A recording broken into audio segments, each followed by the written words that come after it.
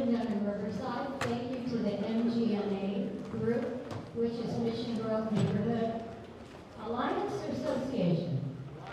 Alliance. So they did all the planning for this, did the flyer, and can I hear just a great big hand of applause for the MGNA?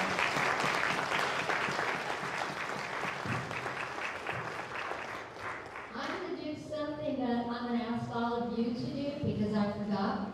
Could you turn your cell phones off if you have them on?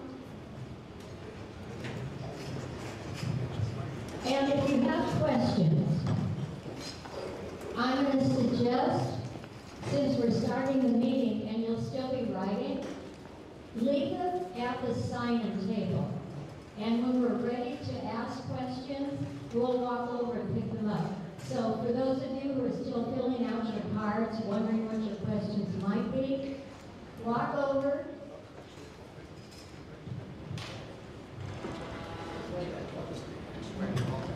Okay, we have a change of plans here. If you have a card completed, to save you from walking over there, if you waited, this handsome gentleman is going to come pick your card up. And he's not picking up dancing cards.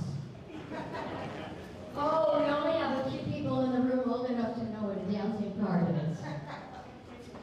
We always begin, for those of you who don't know me, my name is Sharon Matea. I'm the chairperson and founder of RRR. RRR has been meeting for 19 years now, and we have accomplished some great things. And with Brian and Lewis joining the community, I think a lot of wonderful things are going to be happening in general. We always begin our meeting with a pledge of allegiance. If you could please stand.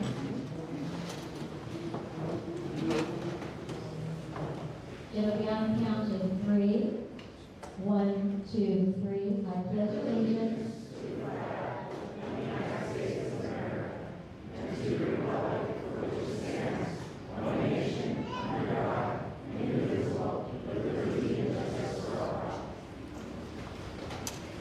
A little bit of information, a teeny bit of information about the forum. We have our candidates up front already. And because this forum is being held in Ward 6, the Ward 6 candidates are going to get the opportunity to have a 3-minute opening. Our other candidates will each have a 1-minute opening. In their wards, it was the other way around. So it is equal opportunity. Lewis, are you actually ready to start this forum? That's a thumbs up, because if you're not ready, I can make a couple announcements. No, if you're ready, I'm ready. I hand it over to Lewis.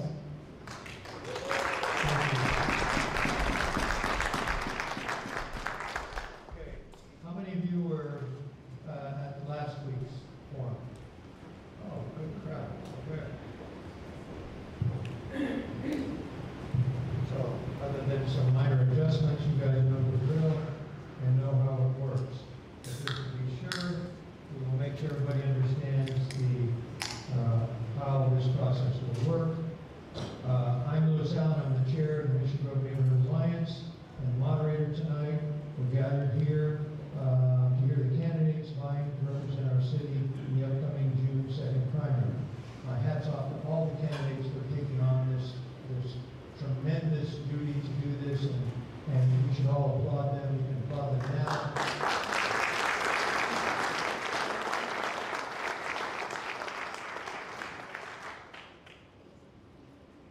Okay, I have to let you know that there's pizza, corn dogs, and steak over in the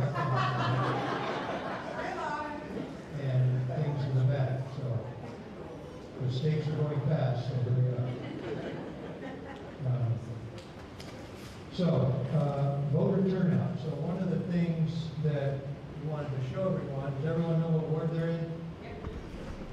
Okay, so people here know, but the other 220,000 voters in Riverside might not know. So it's your job to get out there and make sure they do know. So if they don't know what ward they're in, let them know what ward they're in. These maps are readily available on the web, and who their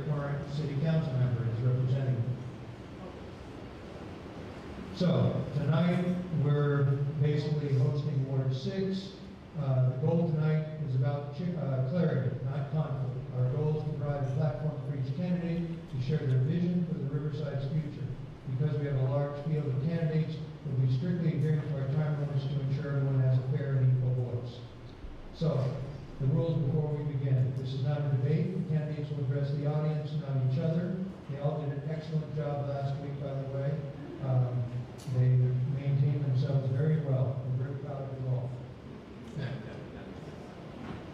So, call to action. We've already said you can fill out cards if you've got questions or a topic. Get them passed in, and then we'll take a look at those. Last week we had quite a few cards that were on one topic or two topics, and then we'll come back with questions for the candidates after they answer the preliminary question that they've all received ahead of time, which we'll be showing you that shortly. So, first we'll go through our opening remarks. We'll start here with Ward 2. So, start there with our opening minute for each of you, and then Ward 6 will get 3 minutes, so you guys can dance on the table or do whatever you want, and then Ward 4. Okay, go ahead. Hello, my name is Dan Flores. Oops, that's not working. It's not working.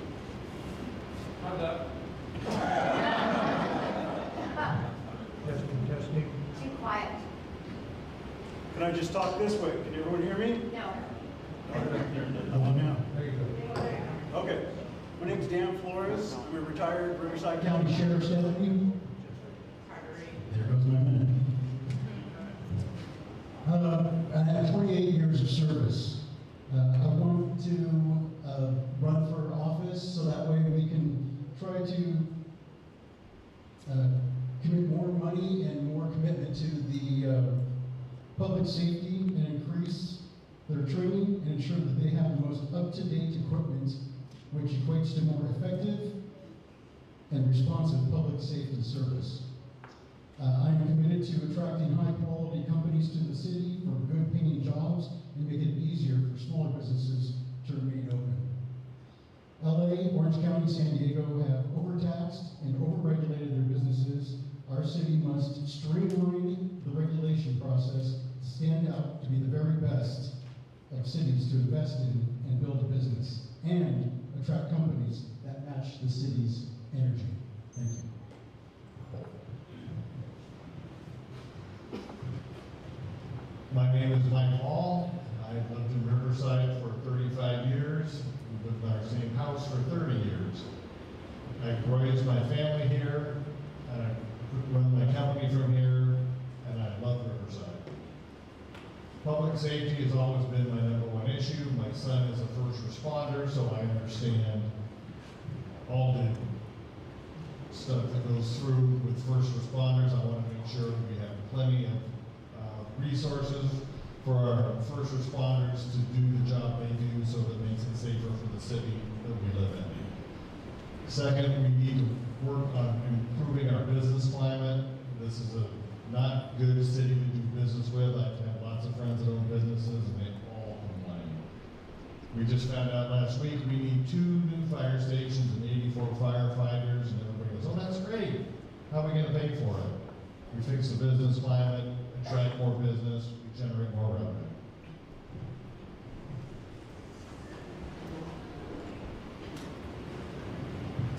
Hello everyone, my name is Racy Torres and I am running for Riverside City Council, Ward 2. I'm a mother, I'm raising my 3 children here in the city that I love. Grew up in Riverside, I'm a proud product of Riverside City Schools and including Riverside Community College. I chose the city because I love it. It took care of my family as I was growing up. It took care of me as I was going to college. And I want to build a city that takes care of you. For the last 8 years, I have served as your representative on the board of Western Municipal Water District and proudly made promises during my campaign and kept those promises in job creation, transparency, and infrastructure needs. I'm running now for Riverside City Council to bring that same energy, to bring those same promises, and deliver the same results. I would be proud to earn your vote for Riverside City Council. Thank you. Hello, my name is Barry Dawes, and I'm probably overqualified for this position, actually. I'm a retired bread driver. I used to work for Puritan Bakery, and I was also a shop steward with over 100 guys. I was there at Puritan Bakery for over 31 years, and with that, as a shop steward, I don't know if you folks know what a shop steward is, but that's the one that's a liaison between the owners of the company or the corporation or whatever, and the workers, and defending the contracts. So I see a lot of similarities with what's gone on here. And what concerns me, I went through the process because I live in a senior citizen mobile home park. We're trying to get mobile home rent stabilization over there. And I had met a gal by the name of Mary Bell that put us all together. And I'm thankful she did. I was recruited by one of the neighbors. What? Okay, I'm sorry, okay, sorry about that. Okay, so a neighbor, John, knew that I was a shop steward and asked if I would get involved with the project and stuff. And it was probably one of the most frustrating things I had to deal with the last 5 years, because I'm finding a lot of gaps, so to speak, and you're not being able to really present your side of what's needed in your particular situation. In our situation, mobile home, you know, we wanted rent stabilization as far as the rents going up and things.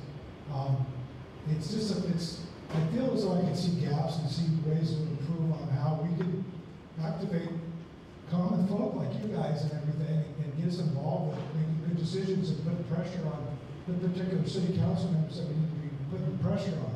And I was also involved with the University Terrace program. I think that they should have named that. I don't know if anybody's familiar with that as well. But I went out and solicited for a lot of people and things to get them in there, and veterans, and you know, all sorts of stuff was going on. We had a really good turnout, but the results, I feel, in my opinion, was not good. I think we should have called the places at University Terrace. We should have called it University of Hard Knocks. Every one of us have family members that have had problems and things. We need to really get actively participating in this. And being a bread driver, I had the opportunity waking up at like 12 o'clock, getting on the route about 2:30, driving around with key stops, primarily around Riverside, city of Riverside. You name the restaurant probably have served it with keys. But during that time, it's a very scary time, so you gotta have tactics or whatever you're trying to do. And what I found out that the biggest tactic that you have is just making a relationship with these folks. They don't feel as though that they're, you know, identified as a human being. It's really getting sad out there. So we have to get some more creative solutions for this problem. And that's what we do with shop stewards. We're in contracts and things. We come up with creative solutions. So I'm here to help, and that's all I have to say. Thank you.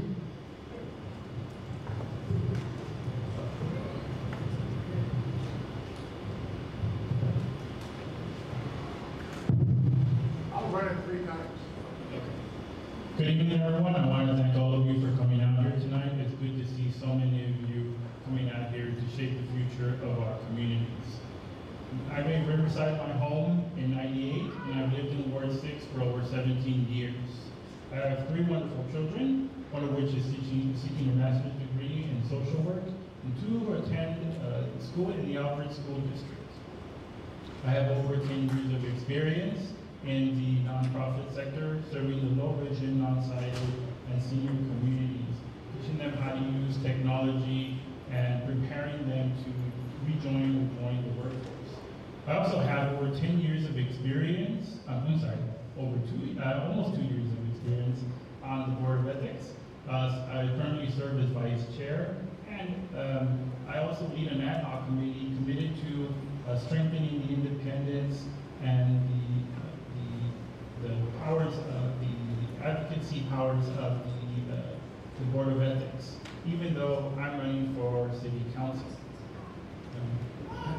I'm also a part of various community-based organizations, the Group of Riverside, RRR, Latino Network, and most recently, LUNA. What does it mean to be a part of all these community-based organizations? It means that I get to go out there and hear the concerns of the city, residents of the city, and more importantly, the concerns of the residents in this ward. So being a part of all that, you get to hear what the major concerns are: the homelessness public safety, infrastructure, transparent and responsive leadership. Through all of that, I've also become, I've also a graduate of the Citizens Academy.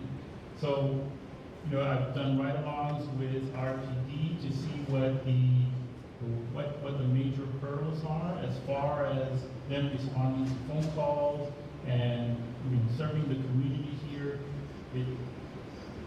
Working with them and the community-based organizations, they can see what the major concerns are and the map to how to address those concerns. Right? We all need to come together as a community to work and solve these problems. Homelessness is one of the major ones, although we may disagree on how that problem is solved. We agree that it needs to be addressed. And that is one of the major concerns that leads into the small business and the businesses in our area. They go hand in hand together with addressing that issue so that we can attract more individuals to those local businesses. That's one of the major issues that I'll be addressing, as well as making sure that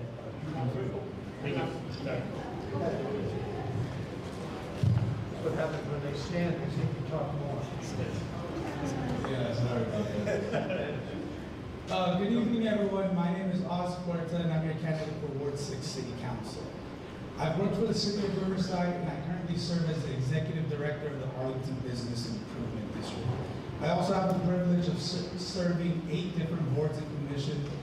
I am your Ward 6 Park and Recreation Commissioner.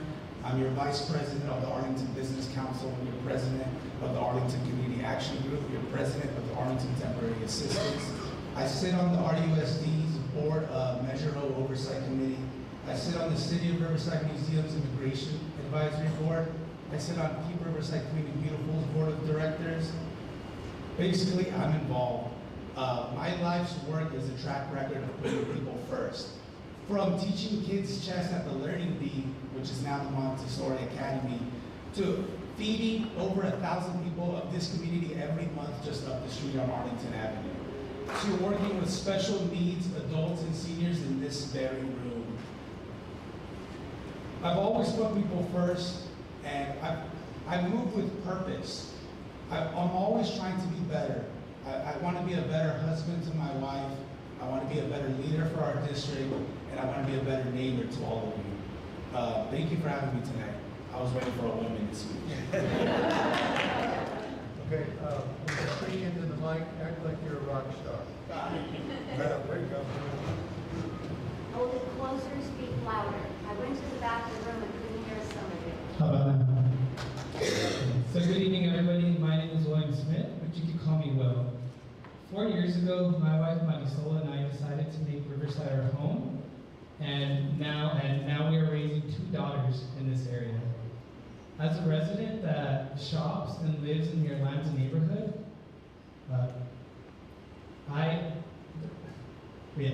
somebody who lives in the Atlanta neighborhood, I'm committed to the future of this place. I'm running as a candidate for Ward 6 because I see a strong opportunity to connect different communities. All the people are here, as we are sitting right now, but I think what we need more is we need more morale and ganas in order to have better community engagement. And so some of the things that I want to focus on is some of our business corridors. We have a bunch of businesses in La Sierra, Magnolia, and Van Buren. And I believe that those areas should be more than just storefronts and parking lots. We need to take care of our third places. And we need these areas to be more sociable so that we can all just get to know each other, see each other, and not just go into the store and back into a car, because I've experienced that. I've also had a need to look for more information regarding our Lanza and La Sierra, and they haven't been really easily accessible to me. And so to me, what community means is the ability to make connections. And so my name is William Smith, and I'm here to serve you. Well, good evening. Thanks for being here. My name is Chuck Condor. I'm one of your current city council members for the city of Riverside and Ward 4. Most of you are here for one thing. AARP, so I'm going to dive right into that right now. In May of 2024, in support of Council Member Steve Hemingway, we get the City Council to authorize us to build a working group to find the money, to find the extra money. So using my military career, working for 3 and 4-star generals, and my 17 years in the building, we formed a group. And that group consisted of Senator Alex Padilla, Congressman Mark Takano, Congressman Ken Calvo, State Senator Richard Roth, State Senator Kelly Sayarda, Assemblywoman Sabrina Cervantes, Assemblyman Bill Staley, Riverside County Supervisor Karen Spiegel, Mayor Kevin Bash from Norco, Hemingway, and myself. We went out and we found that money. We found the money needed to do the undergrounding. But we ran into 2 problems. One, the budget couldn't be passed by Congress, so there was no line item for us to attach to get that money. And secondly, and to this day still, SCG refuses to tell us how much money it would cost. They've even told the congressman they don't have to tell you that. That is Switzerland, people. We'll get more into this later.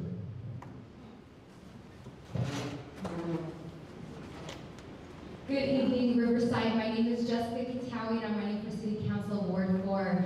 A few years ago, I ran for mayor, and during that race, I received 9,000 votes. Since then, I've been very involved with the community. I'm the president of the Riverside Neighborhood Partnership. I'm on the board for Neighbors Better Together, and I'm on the board for Mission Grove Neighborhood Alliance. My platform consists of safety, solutions, and community. I'm here to listen to your concerns, to bring solutions, and take action.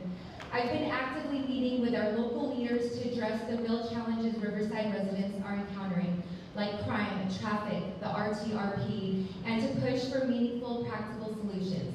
Too often, our concerns are heard but not reflected in the final vote. I'm here to be the voice that votes to protect our neighborhoods, to ensure safety, preserve our quality of life, and build a brighter future for all. Thank you.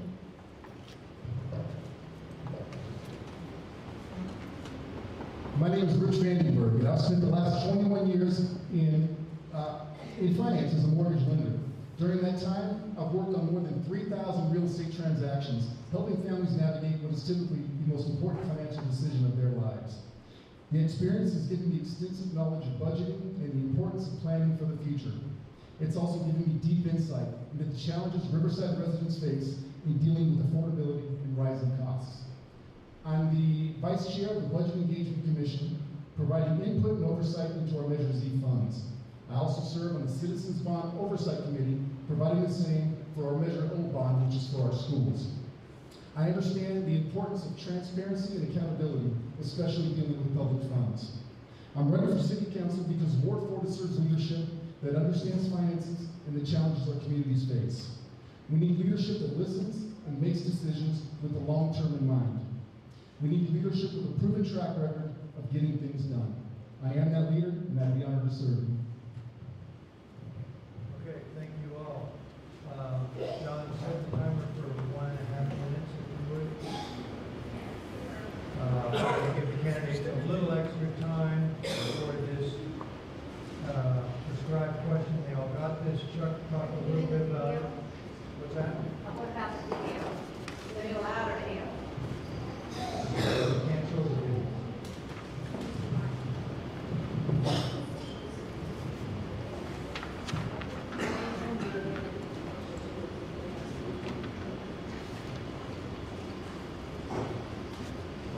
How many people have seen the Norco video?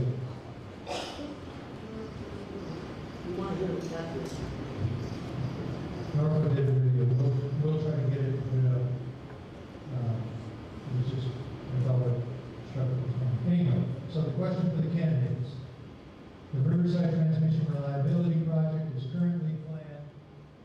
Here's the question so everybody can see it. Planned to put electrical transmission lines above ground with large overhead towers along the Santa Ana Riverbed.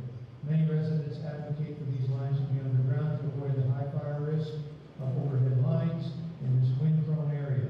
What would you propose, and what are the pros and cons of your alternative? We already know right now the City Council voted against putting it underground, and from what we understand, those City Council members do not want it brought back to the City Council. So, Rich, you want to start down there at your end, or your last one? Mid-30, is that my time? Back in September, I don't know if my mic is on. There you go. Back in September of 2024, I hosted a forum with the Downtown Area Neighborhood Alliance. I brought an advocate in for the above ground and an advocate for below ground. After discussion and some debate, we took a vote, and among the roughly 30 people in attendance, not one person was in favor of above ground. Because of that, and my commitment to representing the community, my vote and my letter I wrote, which was given to Mr. Hunter, was in favor of underground lines. Fast forward, I spoke with a councilman about 2 weeks ago who served 20 years ago. This was an issue back then. It's been an issue for a long time, and something needs to be done. I would propose, if given a vote today, to vote for underground. But if there had to be something done, if there had to be some give and take, I would propose some sort of a compromise, a hybrid solution to the above ground, underground debate. The concerns with above ground is the risk of fire for residential areas, for the areas that tend to be fire hazards. I would propose underground in those areas and above ground in the areas that aren't prone to fires. The pros to that is that we get to proceed. I know the chamber is in favor of above ground because they say we need a second line. There's businesses not willing to invest in Riverside until that second line is here. I understand the need for that second line, but I also understand the concerns of residents, the fire concerns, and I think a compromise, if nothing else can be done, would be the way forward. Thank you.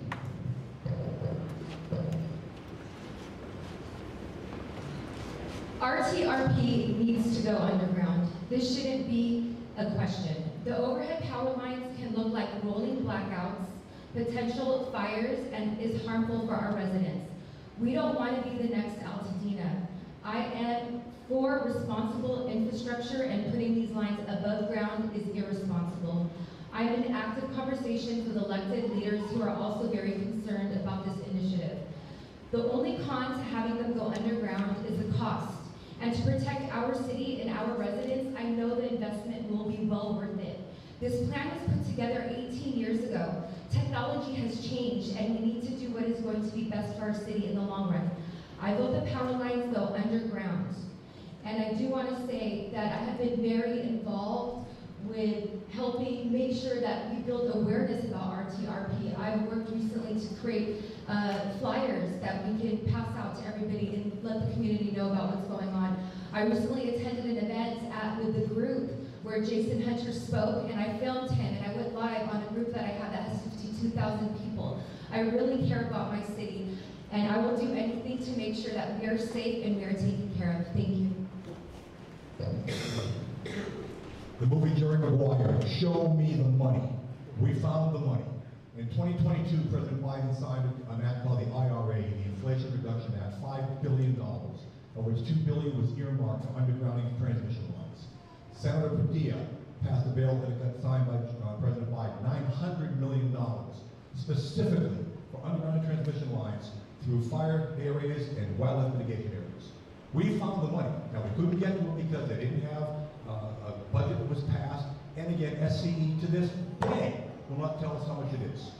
The money's there, it's going to be undergrounded. It is not just the fire danger, it is what it's going to do to the property values of those people down there in Ward 7. It's what it's going to do with the transmission lines, and who knows what comes out of those is going to affect people. It needs to be undergrounded. You want to change it? Vote for people in Sacramento that understand this. I spoke before the Public Utilities Commission. They have now said anything going forward, any new transmission project will be undergrounded. We said, hey, I just haven't started yet. Yeah, but you signed some papers. But you haven't broken ground yet. But you signed some papers.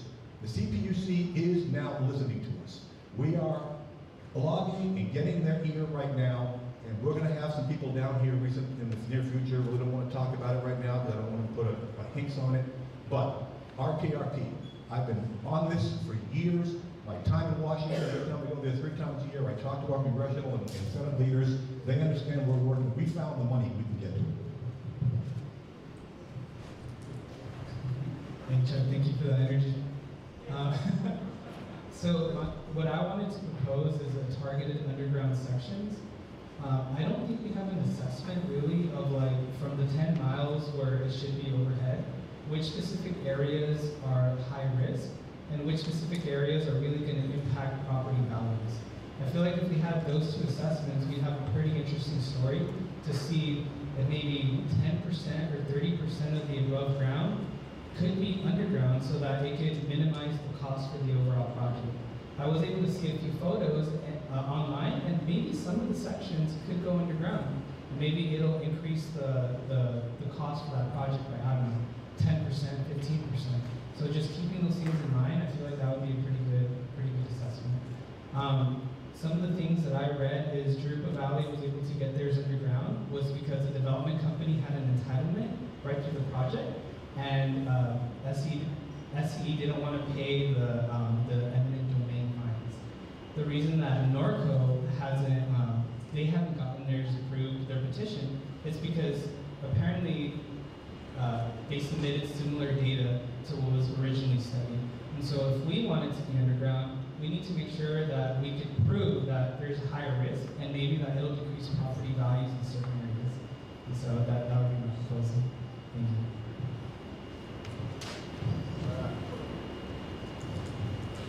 you. Okay, so I've met with city leadership. I've talked to key decision makers of this project. I've talked to residents. I've looked at the environmental impact report. This is what I understand. I've asked the question, what is the ramifications of changing this agreement? We stand to lose $35 million of your reliability taxpayer dollars to SoCal Edison if you move away from this agreement. And then going from a hybrid model to a fully underground model changes the project from $500 million to approximately $850 to $950 million. That's more money than the general budget has. So don't get me wrong, I think that if, as Chuck says, if the money's there, then by all means let's go underground. But if the money isn't there, I think I would be a bad steward of your taxpayer dollars to push a project that's been in the works since 2006 when the state mandated the second connection to the grid. So if the money's not there, I think we need to find, this needs to be the compromise we have to live with for now. But if I'm elected to city council, I can promise you this, when the next RTRP comes along, when the next project comes along that has compromises that you can't live with, then it'll be my job, my responsibility to find a way to make it so that it is a project that you can live with. Thank you.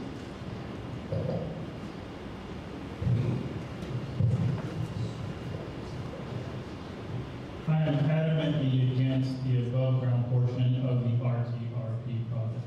Aside from the fact that these transmission towers will be as tall or taller than the Mount Rubidoux Manor building, there's the long-term danger to our community.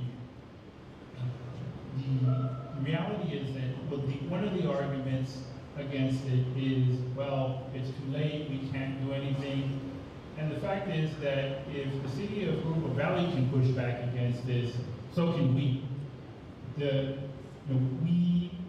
We have to push for a supplemental environmental impact report.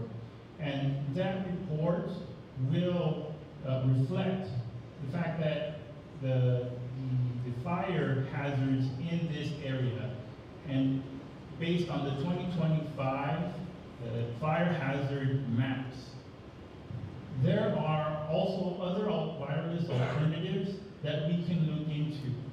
If the other argument being that, well, the money's not there, I'm pretty sure one way or another, we can find the money.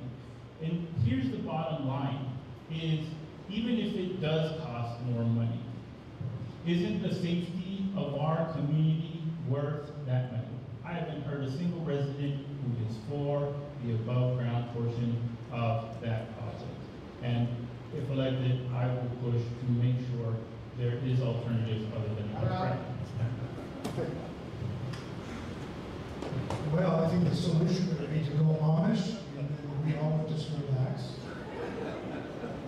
Anyway, I'm a bridge driver again. I didn't put the fact that I've lived here for over 30 years in Riverside area, the mobile home over here, whatever it is over here. I used to go there and moved over to the mobile home park. California and Van Buren is where I'm still at. Anyway, one of the worst things for us as drivers, it's not the rain, it's not the heat, it's not the cold, it's the wind. The wind is vicious. And it's unbelievable. People run right here, it's down the street, and it's hitting the car and whatever. So the wind is unpredictable, and quite frankly, we need to put it underground. We have sewers underground, we have cable underground, we have, gas lines underground. Why not have this underground? We're going to have to go to this model because it's very, very dangerous. I know somebody who lost their house in the Altadena fire, just got out of there with bare minimums in their life. So it's something that should be an automatic, that it goes underground, whatever the cost. From what my investigation is that it actually gets dispersed amongst all the Edison customers or whoever that are in the state of California. So it actually becomes lower. So it's done, it can be done. The thing also is that you're living in these areas, the aesthetics, of course, is to evaluate your property. Nobody wants to live by the power poles or close to them with that threat in mind. The other thing is that,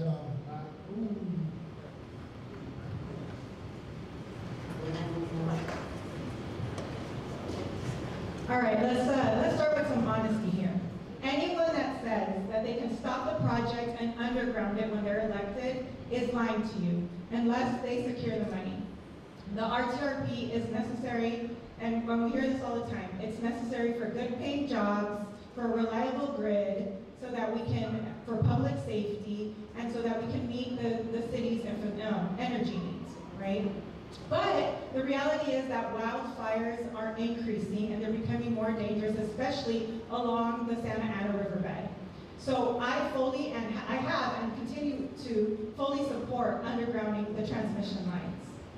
Since Southern California Edison is actually paying for the entire project, my priority would be to join efforts with someone like Councilman Condor to find wildfire mitigation funding so that the bill doesn't go to your rates. Who wants their rates raised? Oh, okay, so that's what I want to avoid too. So if we can secure the funding and we can find a way to pay for undergrounding the project, it is absolutely the safest way, and I would continue to advocate for that outcome.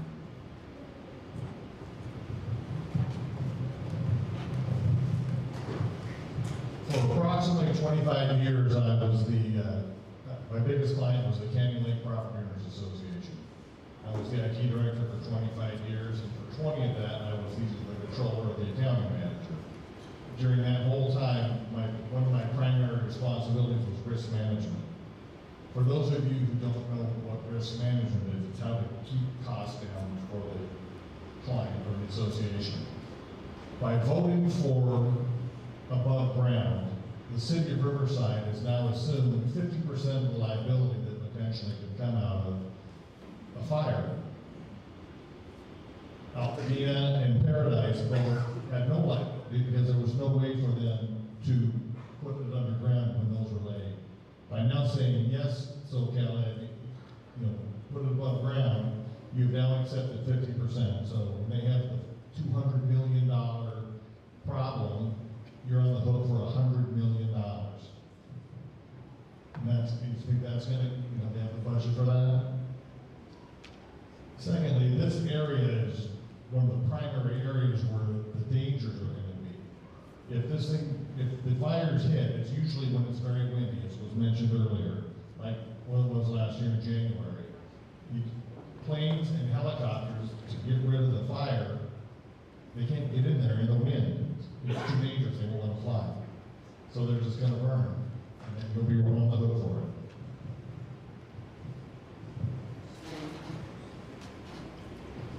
I'm against the above ground wiring. That is a big mistake. Underground is the only way to go. I agree, if the money is there, as the councilman was saying, then we need to get that money and pay for the underground wires.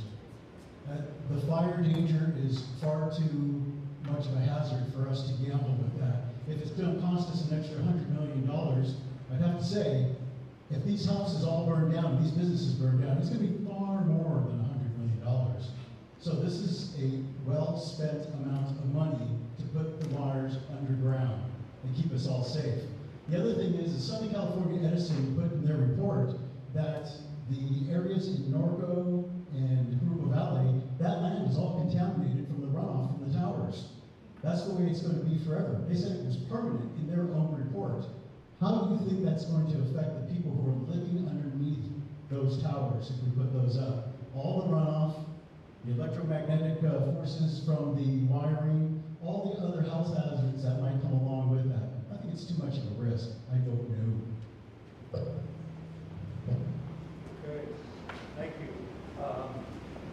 Kristen Montero was not able to be here tonight with an emergency. Norma is here, who's representing her, and she asked to read her response to this question because they received it beforehand. Norma, you want to come up and read the Christian's response? Thank you.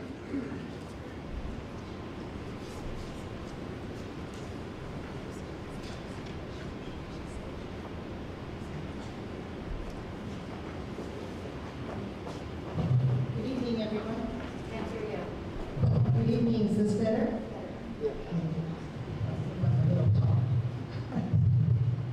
My name is Norma Del Hagen, and I am the public safety community representative for. My name is Norma Del Hagen, and I am Kristen Montero's team, public safety community liaison representative. And she's disappointed that she couldn't be here with you tonight, and she asked me to, if we would permit the time to read her answer. Okay. As we look forward to the future RTPR project, we must move beyond the business as usual approach to simply building more transmission lines. We cannot solve 2026 problems with 2004 thinking. Most energy systems failures share a common culprit, heat. To grow capacity, we must prioritize engineering efficiencies that minimize thermal stress.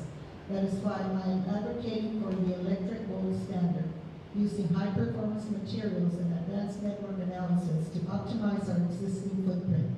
This means engineering efficiencies, using high-capacity, low-sag conductors that carry more power with less heat loss.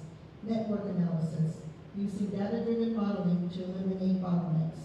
Non-water alternatives, growing capacity without the environmental cost of massive meat corridors. We don't just need a bigger grid, we need a smarter one that protects the integrity, the beauty, and most of all, the safety of our community. Kristen Montero, City Council candidate, Ward 2. Thank you for your time. Oh, and there's also a fact sheet that you may pick up on the way out that further explains what's going on with the project. Thank you.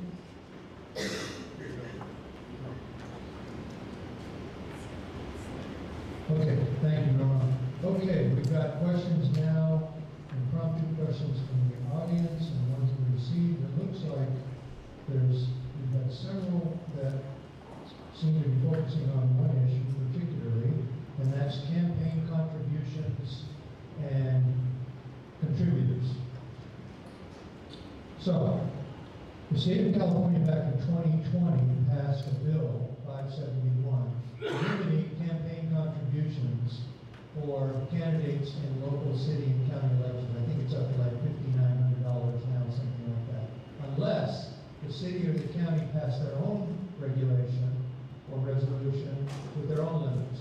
So the city passed a resolution saying there are no limits for the mayor or city council members back in 2020. No limits. And the only city that I know of locally that has limits, Marietta, I believe, has limits of $1,000. But they can set their own limits, either none or whatever they want to set to, or go with what the state mandated. So, the question is, based on that, do you agree with that or disagree with the no limits? And then furthermore, people in the audience said, based on your top campaign contributors, what type of interest do they represent, and how will you ensure that campaign donors do not receive preferential access or influence? And when the interests of major donors conflicts with those of your constituents, how will you decide? Everybody like that? Okay, let's hear what they have to say. Who wants to go first? As for me, here we go. As for me, I'm self-funded. I don't have any other entity or agency assisting me in my campaign. I'm one of you.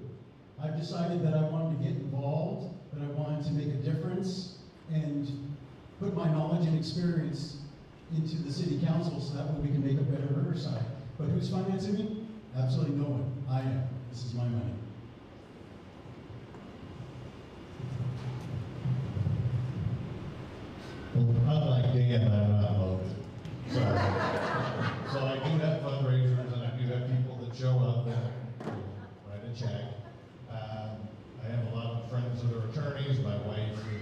been an attorney in this city for almost 40 years, and I have lots of friends from that, and they are, a lot of them have been friends for years, and a lot of them are supporting me.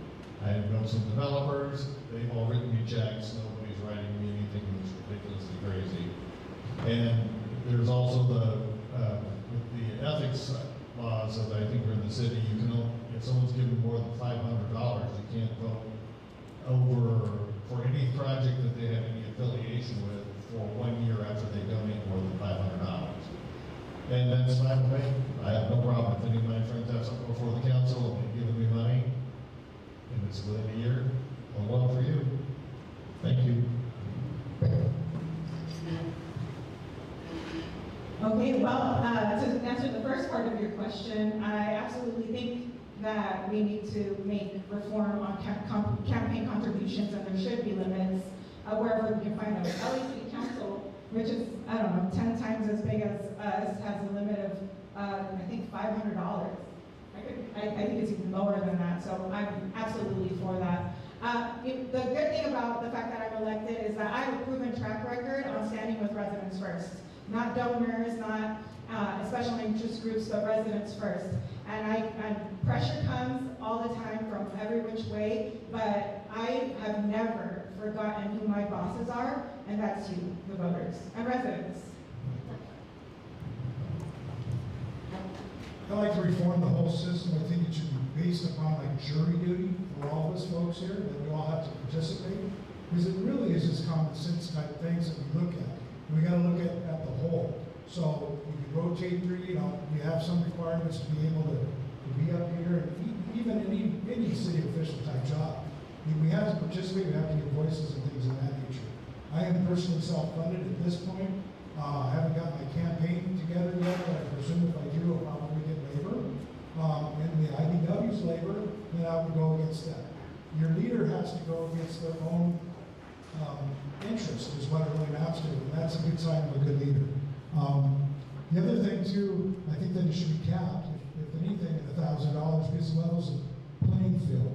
And I know I happened to look at some of the campaign contributions, and you can kind of follow the money and see how this thing is going.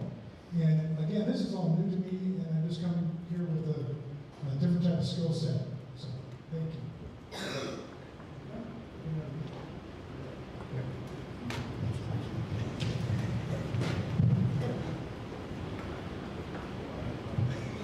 I really think there should be campaign contribution limits. I think it's so important to have that in local government.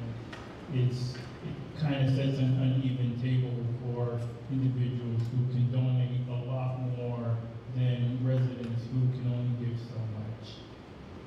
My campaign is family, friends, community leaders, and I'm going to take money from community residents, community leaders. I'm committed to that. I'm not going to take any money from anyone or any company with a goal that will have a conflict with the interests of the residents. I'm community first. I will always put community first, never take a dollar from anything that conflicts with the interests of the residents in the world. What is it?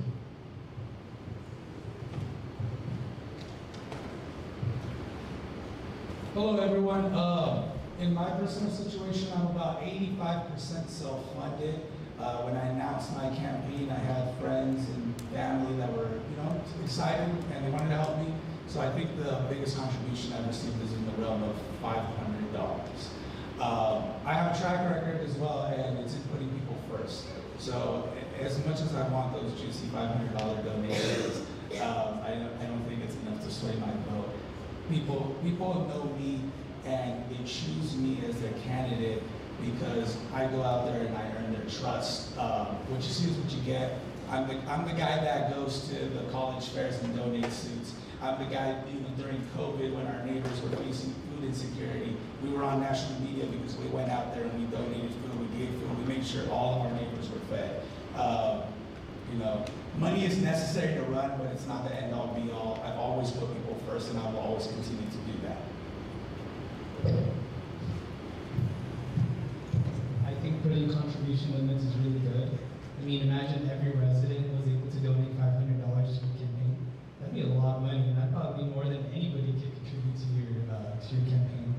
And so for me, I'm being funded by residents, friends, and family.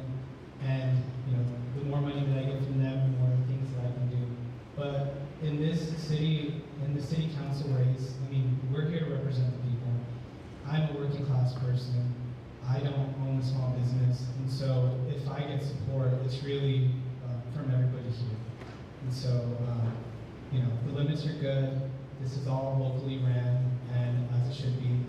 And if you're a resident and if you want to donate to any of the candidates, you should. Thanks. When the council deliberated this, Councilman Consentia, Councilman Fierro, and others, we talked about putting limits on brings in the dark money, the taxable form that you can't tell where that money comes from. Right now, every dollar we get has to be filled out on the Form 470. Everyone can go pull my 470s and find out who's giving the money to me. I get money from my church mates, from lawyers, from business people, from people, retirees, from everybody. And my history has shown, and every damn one of them knows it, you cannot buy this guy. You can't buy this officer. I do the mission first, the mission always. And they just know that we may not agree on everything, but we agree on most things. And I'm the one they want there, and they know they cannot buy me. And I've had to go to other ones after and say, hey, brother, sorry, I'm going to give you what you wanted, but this is what I feel is right for the people. And the handshake comes, no problem, no problem. We want you for the other things you're doing in the state. I do believe, can you hear me? No. Use this one. I do believe there should be a limit. I do believe that as a candidate, if you really are here for the people, you don't take any money from any corporations or any unions, because then you're going to feel like you owe them. And when you're sitting up there as a city council person and they're watching you, who do you think they're expecting? They're expecting you to vote for them, for what they want. But this is not about them, it's about you guys, it's about the residents, it's about our neighborhoods and taking care of protecting our neighbors, our neighborhoods. When I ran for mayor, I was self-funded or supported by local businesses and friends. And the same way I did that when I ran for mayor, I'm doing the same thing now. I will ask you guys for your support. If you believe in me and my vision for what I would like to bring to Riverside and Ward 4, I hope you will support me because I'm not going to take any money from corporations or unions. Thank you. I fully support reform to both the individual limits and the overall limit a campaign can raise. My biggest campaign donor is Davey Helm. He's a former teammate and high school friend who believes in me and what I'm bringing to Riverside. My other donations are from residents who want change and believe in my abilities. The cap on the overall limits would level the playing field. I don't want to see somebody elected to city council because they were the best fundraiser in the group. I want the most qualified person. And the most qualified person may not host 10 fundraisers to get to the point where they can send out 3 different sets of mailers to get their name out there. I also would love to see a well-funded campaign cost between $75,000 and $100,000 today to run for city council. I would much rather see those donations poured into the schools to provide shoes and jackets for our kids in the group of schools in town. Thank you. Okay, thank you. The next question has to do with the way the city council operates their meetings. The council agendas are heavily dominated with closed session and consent calendar items. Many require 5 votes as opposed to the simple majority. Some agenda items have hundreds of pages of reference material. In an agenda of 40 to 80 items, maybe 1 to 3 items are typically open for public comment. Furthermore, as seen last week in the Quality Inn project, where there was a number of people who spoke, I think 43 was in the meeting minutes. The mayor now has the ability to limit public comment, and the city council members have a discussion timeline. Do you agree with this format? Why or why not, and what changes would you make or propose? Rich, you want to go first? Sure. I'll go first. I actually had some prepared here. I'm going to kind of read from. I understand why many residents feel frustrated, and those concerns deserve to be taken seriously. The city adopted a community engagement policy with the right intent, but in practice it hasn't always been applied consistently. Too often people feel brought in after decisions have already been made, and that hurts public trust. True community engagement means involving residents early and being clear and transparent. As a council member, I would treat engagement as a tool for better decisions, not a box to check. It seems like the actions on council are limited transparency, limiting public comment time. We all signed up for this job. We're all begging for you to vote for us for this job. I think my time is almost up here. To portray the notion that I don't want to hear all of your concerns. I'm going to limit you to 1 minute, 2 minutes. Don't sign up for the job. Thank you. We're all here today because we want to be heard. We want to make sure that our concerns are heard, that solutions are brought, and action is taken. When City Council limits how we can explain what our concerns are, I don't believe that is right. I believe that, the engagement in the community is the most important thing. We're going to be able to share what we're feeling, what we see. We're out there in the streets every day, and we know what the issues are. So if I were voted for City Council, I would make sure that I was there for everybody, that I would create a monthly community meeting to hear what's going on, what are your concerns, and then bring solutions. If you were at the last meeting, I brought tons of solutions, and today I didn't have enough time to really tell you all those solutions, but it's time that we take action and we will vote people in that actually care about the community.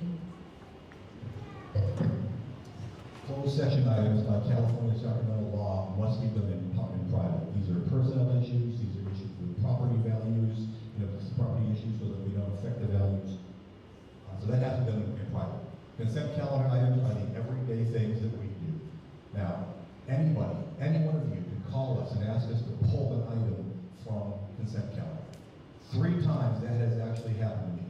All 3 times I talked to the person and gave them the information. They're like, oh, I didn't know that. Nope, I'm good with it. You haven't been pulled. So to say you cannot talk about a consent calendar item, not true. Call us, text us, email us, ask us to pull that item, and if you can convince us to do it, absolutely we'll pull it for discussion. But most times, since we have the information, we can tell you that information, let you know why. And I said, the 3 times this happened to me in the 8 years, that person has said, oh wow, I didn't see that in the report, I didn't understand that. Thank you for the phone call, thank you for the explanation, I'm good to go, have a great evening.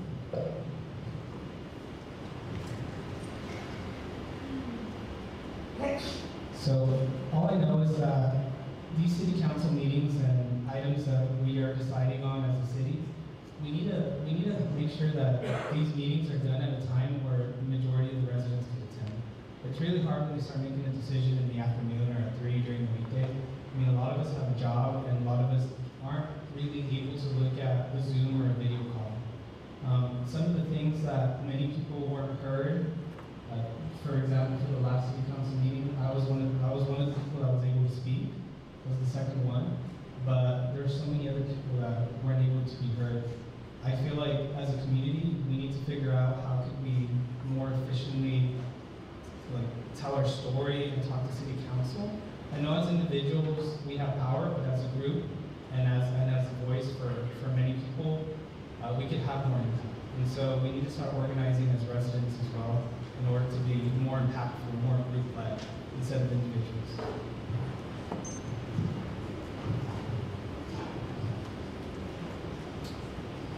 Okay, so this question, it's pretty simple to me. I think that if every single one of you will take the time and effort to go out there, fill out a public comment card, or be on the phone to talk about an agenda item, then I think it is council's obligation to make sure that each and every one of you are heard. I think the approach is to balance out being more accommodating with the timing on agenda items and bringing City Hall to you. Don't just try to accommodate your time schedule, but also getting city leadership, getting the other departments coming to you and giving you more opportunities to be involved. If I'm on city council, I'll make sure that we stay late, we accommodate your schedule, and that we put you at the forefront of our thoughts before we make a decision. Thank you.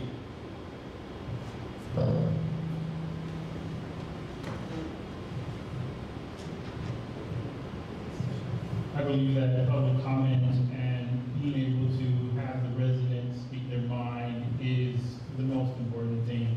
Making city council and public comments accessible is really, really important. We've all been there probably at one point or another where you didn't get to speak or your time got cut. It's so important to be able to hear each and every individual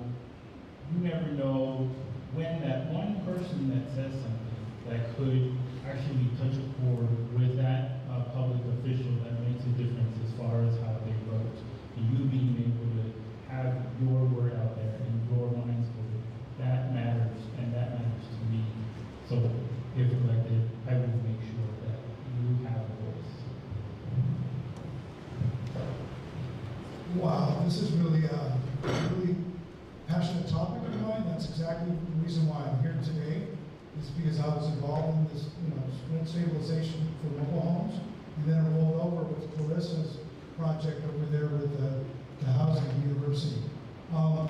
What I personally feel is that when you talk to these people, you're wasting your time. They've already made up their mind, and they're not going to change it. I don't care what you say or how you say it, whatever. I think this should be done beforehand. And the other thing too, I think we got this reversed. I think they should vote first, okay? And then we could ask questions while they're voting that way. They'll flip the whole thing around. The thing is when I'm in negotiations and stuff where, our guys in the union for the Teamsters, I've rounded up all the thoughts and whatever, have team captains and this, that, whatever. We're pretty solid in our things. We sit down with the owners, and at that owners, we work it out. We hammer it out just one-on-one, not 1, 2, 3. So we got to do some changes to get tough.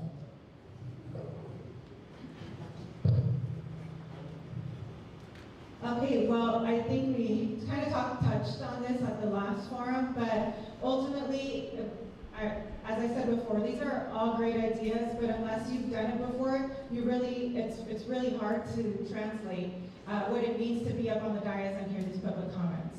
Anybody that's watched a water board meeting or attended a water board meeting has seen that I've done exactly that. One of the parts of the Brown Act that frustrates me the most is that we cannot interact with the public while they're literally spending 3 minutes of their time giving us their their biggest concerns, and they're really being vulnerable with us. We are not legally allowed to interact, and that frustrates me. But I have always taken the time during my own time as a director to make sure I address those comments, to make sure that staff knows, hey, this is important to me because I heard it during public comment. I'm going to continue that same breath while on city council. And as far as the limiting of time, or I just got limited in my time.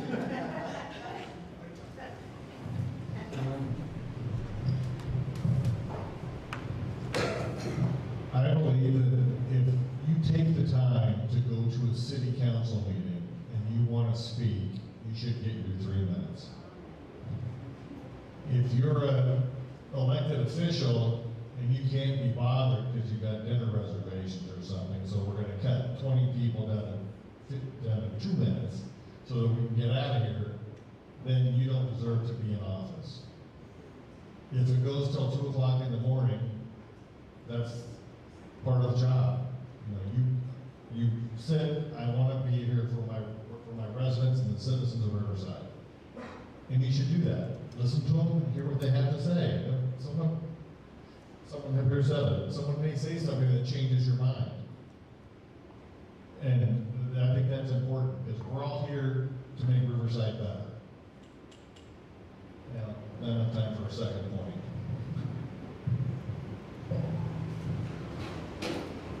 During my career, I had the opportunity to sit on city council meetings for the city of Pahrump Valley, San Jacinto, as the acting chief of police. I saw how important it was for people to come up, say what they had to say, and feel better about actually having a voice to do that in front of the city council. So my feeling is we should do the same thing. If I'm elected, I'm going to give everyone the amount of time that they came and wanted to discuss the matter with city council. There shouldn't be a reduction in the time. If there's any issues with, as my friend here is saying, that you have dinner reservations, you are in the wrong business. You need to move on. This is about serving and giving back to the community. And if they come here to talk to you, listen to them. Okay, thank you. One thing, remind the candidates, speak up a little bit into the mic. People in the back want to be able to hear. Another one, let me ask everyone, how many people here, even though we addressed this last week, got several cards, how many people here want to hear how the candidates would have voted on the quality in thing on University Avenue? With the 120 units that they wanted to convert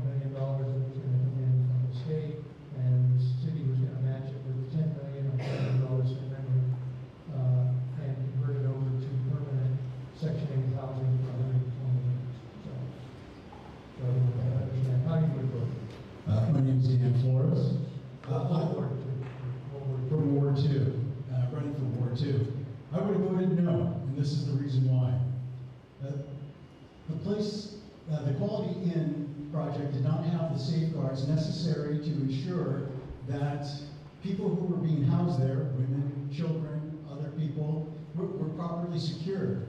If you had a disruptive person, if you had a violent person, they were not going to be removed. They were going to be allowed to stay there. There wasn't going to be any kind of drug enforcement. The other thing is that this is not necessarily a housing problem. It is. However, the bigger problem is this is a mental health and drug addiction problem. Housing them there would not have mitigated the problem, it would have increased the problem. Venice Beach, Los Angeles, San Diego, they've all done the same thing, and their population in homeless has only increased, it did not decrease. You're not doing a favor for these people if you're just giving them a home without proper mental health and drug treatment. When I was originally told about this project, Mike Hall, Ward 2. When I was originally told about this project, I was told it would be housing strictly veterans and displaced seniors. And I asked specifically, no people with drug issues or mental health issues. No, not at all. Sean Mills asked the lady from the city if that was the case, that they were being excluded. She said absolutely not, which means that was a different story than I heard. For that reason, I would be against that. I don't have a problem with the seniors and the displaced seniors and the veterans getting housing assistance. University Avenue is not the proper place. University Avenue was planned 20 years ago to be the gateway from downtown to UCR. And having a shelter like that on that street is the wrong place. I would put it in some other neighborhood and build something and make that work.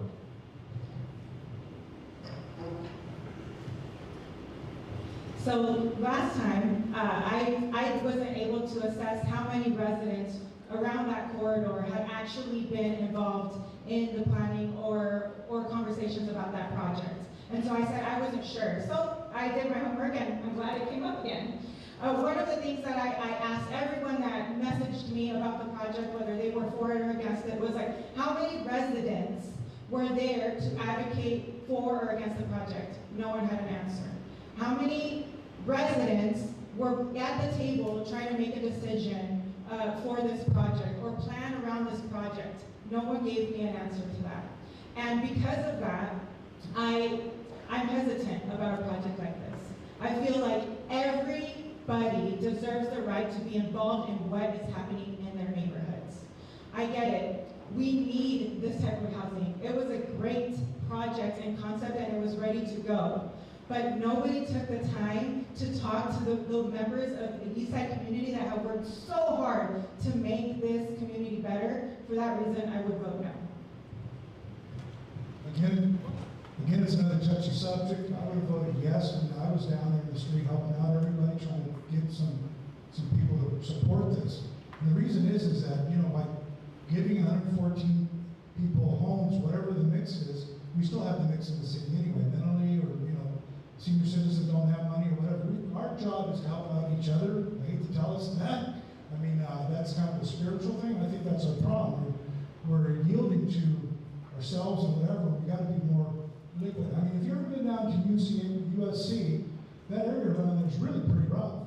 And it works. People still go down there. And the thing is, we could use to tap into the UCR people with social, what they're doing for social studies and stuff like that. We could incorporate that. That could have been a showcase, a model for the city. And, it should again been named, instead of University of Terrorists, it should have been named University of Hard Knocks. Because we've all been there, we all need to help out people, and it would have been contained, it would have been a wonderful project.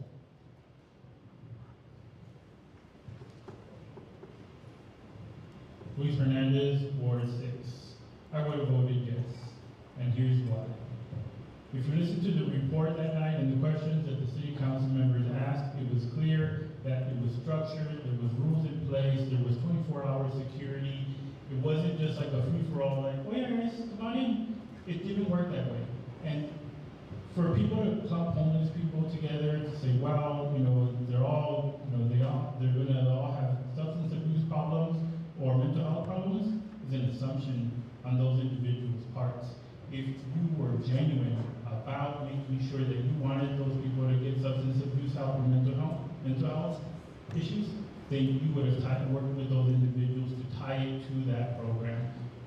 That would have been a genuine effort to communicate and work together with those individuals.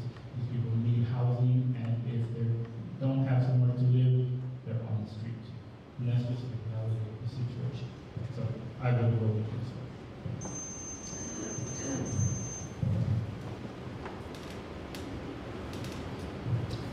As I stated last week, if I had a vote on the project would have lost. Osborne's on Ward 6. If I had a vote last week, the project would have lost 5-2. I would have voted no on the project, and I'll tell you why. I don't believe in the housing first model. I believe people need access to treatment and services. We all saw the child star that went viral in Ward 6. He was offered help by fellow actors. He was giving housing. He was reconnected with his parents. He was offered services. He turned them all down, and he's still out there on the street. Moreover, I don't think this project addresses the full part of the problem. We haven't even started talking about sustainability. So, I've seen people accept services when I'm out there engaging the homeless on the street. And I've also seen the real fear in their eyes when they realize that those services are temporary. If we want to address the problem, we need to address the long-term stability of the problem. There's more ways to get these projects going. This project wasn't right for Riverside. Thank you.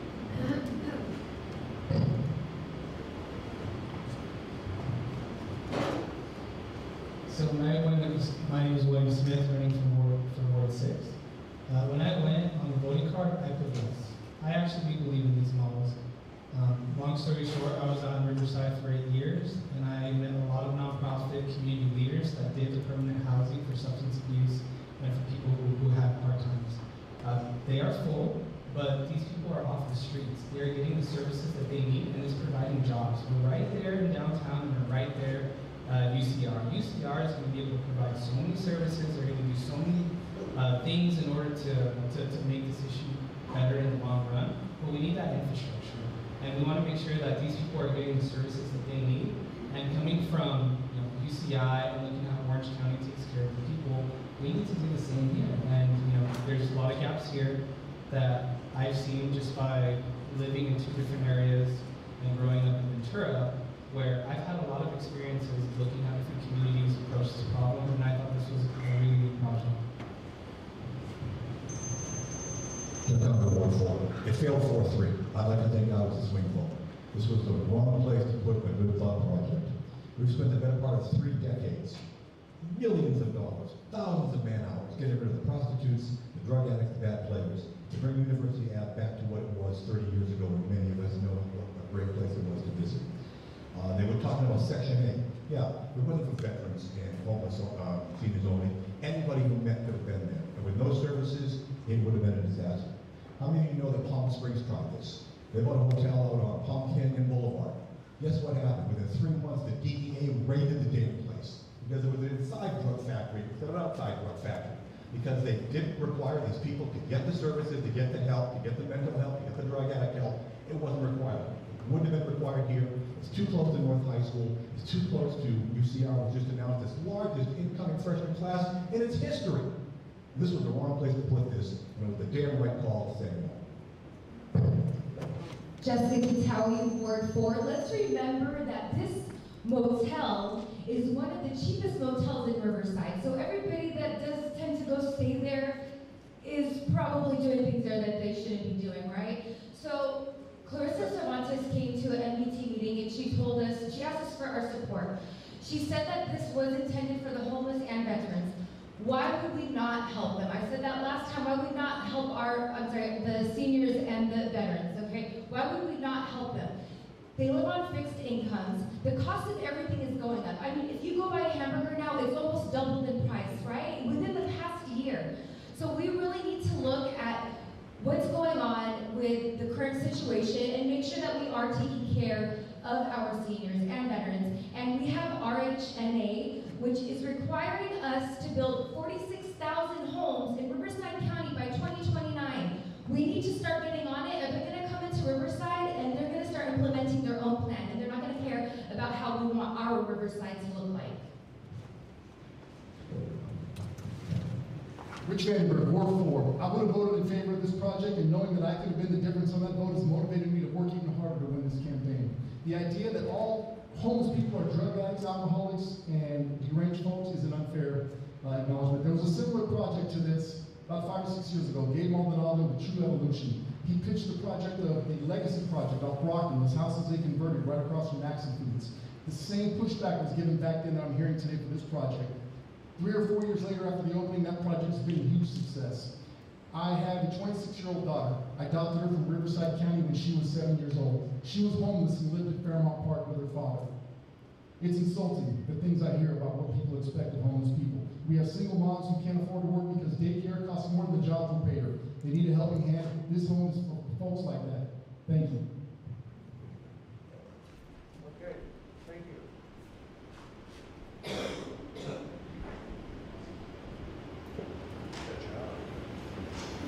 Yeah, I got fired again. I got fired last week. So, now, our next question has to do with the new Inspector General position. The city will be going out and getting resumes for that, for the Inspector General position. That's basically the auditor, audit the city, audit the city's books. There was a number of people that wanted it to be an elected position as opposed to a hired position. It's going to be a hired position, and we'll be going out soon, looking for resumes for that. So your opinion about that position, whether, the importance of it and so on, and there's some talk in the city council about limiting or eliminating the ethics committee related to the inspector general, because we're going to have the inspector general coming in and doing the audits. So you can comment on those two. If you're not familiar with it, then you can pass on it, but that's a new job. It will be reporting directly to the city council, like the city clerk does, like the city attorney does, and like the city manager does. Okay? What's that? What is that? The actual question is, do you agree with the position, and what do you think the position should do in order to, so we have fair reviewing of the books and the finances of the city? Rich Vandenberg, Ward 4. My friend Pete Benavides is in attendance today. He was part of the board. He was the chair, in fact, that brought this forward to a vote. It was voted overwhelmingly in favor for oversight. Anybody who doesn't want oversight doesn't want people to know what they're doing. I would prefer that it was an elected position, not an appointed position. Appointed is not true oversight. Elected is. In terms of the ethics board, I can't understand, and I've heard negative comments made about the ethics board. I can't understand why we dissolve the ethics board. I don't have much else to say. I'm in support of the elected position, but an elected position. Jessica Kitawi, Ward 4. I believe that that position should be a voted in position. That it shouldn't be appointed by the city. If somebody hires you and you catch them doing something wrong, are you gonna go tell them? No, they're probably gonna fire you. Matter of fact, there's a guy standing right over there, and that happened to him, right? I'm not gonna say your name, but I just know that. But he got fired, and you know what? Because he caught some fraud. And that's what happened. So it should be a voted in position. And yes, he is on the board, and I believe that Pete would be a great person for that position, because I know he would make sure that there is no fraud, that there is no mishandling of the money, that our money is allocated where it's needed most. Thank you. Saying that an appointed person is not oversight is just wrong. Otherwise, we'd say our city attorney can't do their job because they're appointed. We met in closed session the other day and talked about who we're going to hire to do the headhunting for that, for the RFP. It's going out. I'm in favor of the Inspector General.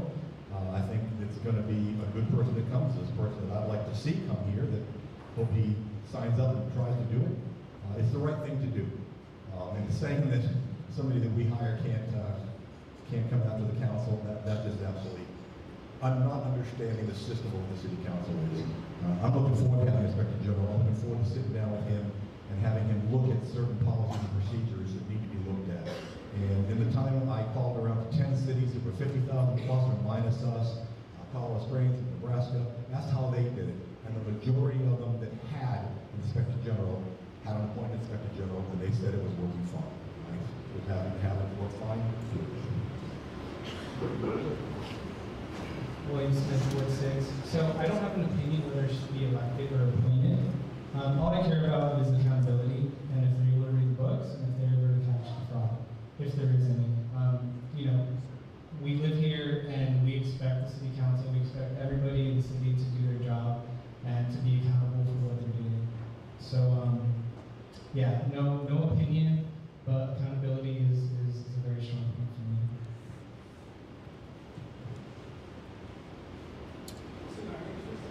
me. Sure. Osborne to Ward 6 City Council. The way I see it is, if it's going to be an elected position, as long as someone's doing it out of the kindness of their hearts, otherwise if they're receiving city funding, they have a vested interest just like a hired employee would. I think that there is no reason to get rid of the ethics committee, provided that both parties can come to a decision in a timely manner, and the decision isn't delayed because one of two, whether it's the general position or whether it's the ethics position. As long as the decisions aren't delayed, I think that having more than one method of accountability is more than proper. I sit as a steward of the business's money for the Arlington Business Improvement District. So, and I also sit on RUSD's Measure Oversight Committee with Rich Vandenberg. We go out there, we go to the schools, and we make sure that the money goes to where it says it's going. That, you know, the development that we were told was going to be done is being done. We ask the questions, we look at the vendors, and we make sure that everything's done right. I have no problem with accountability.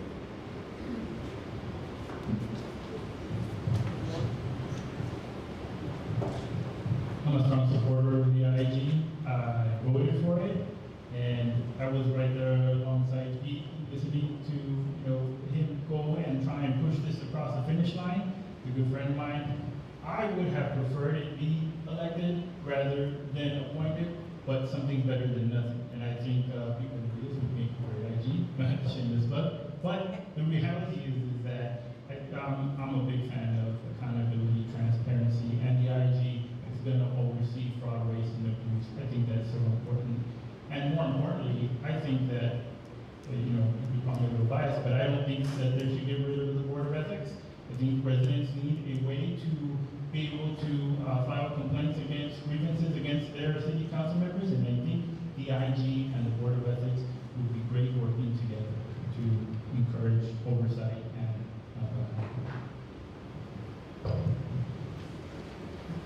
My name is Barry. I haven't been saying that, Ward 6, so Barry, Ward 6, Barry the Red Man, whatever you want to call me. I believe it could be a system where we would be able to get two candidates, maybe that the city would be able to narrow that down, but there would be no campaign contributions or anything. It's just basically us hiring them, or those women or whatever. I think it's, when you spread this around, you get a lot of different opinions, and normally we would be able to come up with the right idea and the right candidate. So I'm a firm believer, of that type of step program. There would be campaign funding.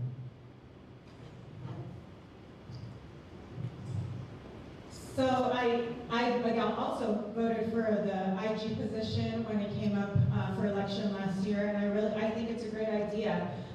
What I do want to emphasize is that this position needs to be a professional IG, and so that comes with resumes, that comes with headhunting, that comes with making sure they have experience. Elected positions, that's not always the case. But ultimately, whoever does receive this position, there's a few things that they need to do when they get there. The first one is, let's establish processes, right? I think the biggest frustration that we've seen with the ethics board, although I think it should stay, is that sometimes the process changed. Do we use evidence? Do we not use evidence? Whatever the case is, these processes need to be established in written format. They also need to create some type of advisory group or format so that those complaints that come in go through a vetting process before they get to the ethics board or the IG. There's more, but that's my answer. Mike Paul, Ward 6. Accountability is important. Ward 2. I think I wanted Hey, I'm standing in Ward 6, but I'm running in trouble now. Mike's decided to run in 2 wards. Starting now.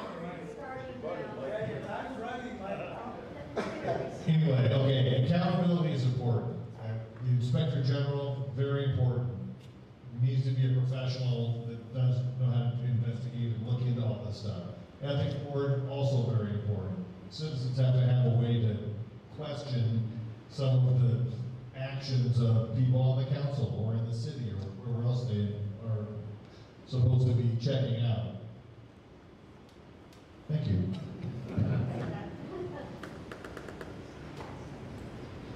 Dan Flores, Ward 2. Regarding the ethics board, I'm firmly for that. The whole purpose of an ethics board is to make sure that everyone stays to a certain standard and adheres to the rules. There should be policies and procedures for the ethics board that are voted on by the city council, so that if there's ever a change to those rules, that everyone's aware of it, because that would be a first sign of some sort of shenanigans.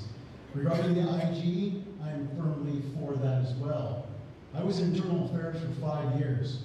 I was personally responsible for the firing of chiefs, captains, lieutenants, and sergeants who were all my peers or above me. I think that having a person who can investigate any wrongdoings within the organization is good. And we've seen that other cities and states are being accused of fraud and theft. We need an IG who will go through all the finances and everything else with a fine-tooth comb and ensure to you that everything is on the up and up. Okay, next question.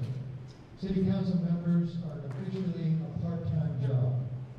When any city council member you talk to after they've been in office for a while will tell you it's far from part-time. They only get 1.5 people to assist them. Am I right, Chuck? 1.5? 2.5. 2.5. So you have 2.5 people to assist them. So based on their heavy schedule of hundreds of documents, they've got committee meetings, city council meetings. In a month, they can have thousands of pages of data to wade through and so on. What would be your plan, or how would you make those judgments on behalf of people? What would be your plan in order to include your constituents in helping you make those decisions?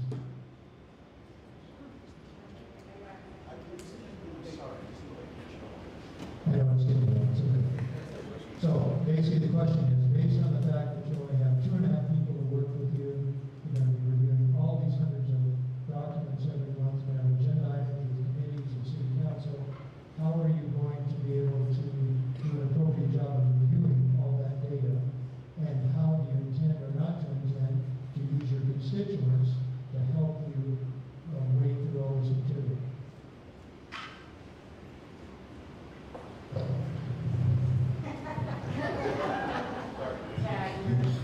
All right, well, that is a difficult question because I think that the job of city councilman, whatever the job is, you're taking on that load because you are accepting the responsibilities and what the job entails. I'm not opposed if it's overwhelming, that if the job becomes big enough and the volume becomes large enough, that you do have to hire more people or get volunteers, perhaps college students who are in political science or something else like that, in which they will assist you into summarizing and getting down to the brass tacks of a specific issue that you need to address. Other than that, I don't have any other opinion. Mike Hall, Ward 2. The chairman. I like the idea of using UCR, La Sierra, RCC, CBU, and doing having interns do some of the summarization of this. That's actually a pretty good idea. And then just have to read the executive summaries.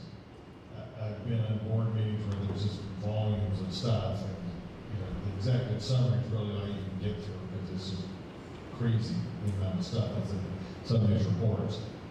Other than that, you gotta just wade through it and do the best you can, because that's all you can do. Well, I have been in government for almost a dozen years, and I've been elected for almost 8 years.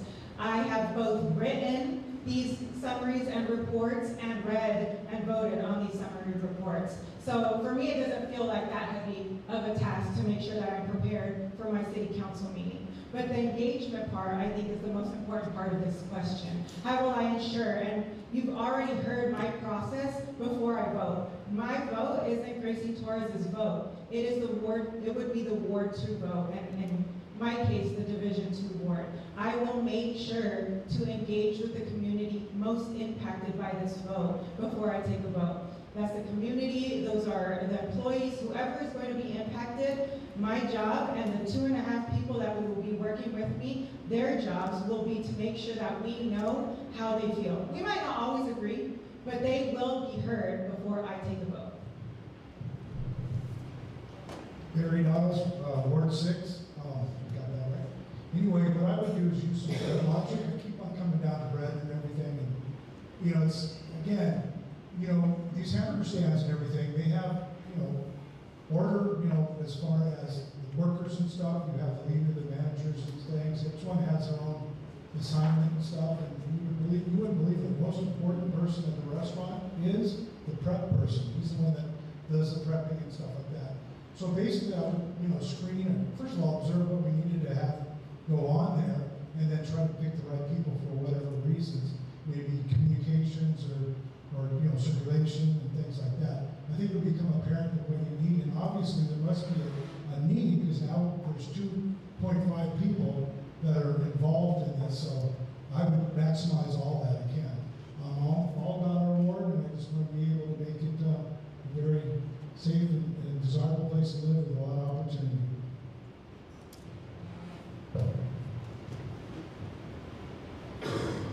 Plain and simple, just gonna have to commit the time to going through all that research.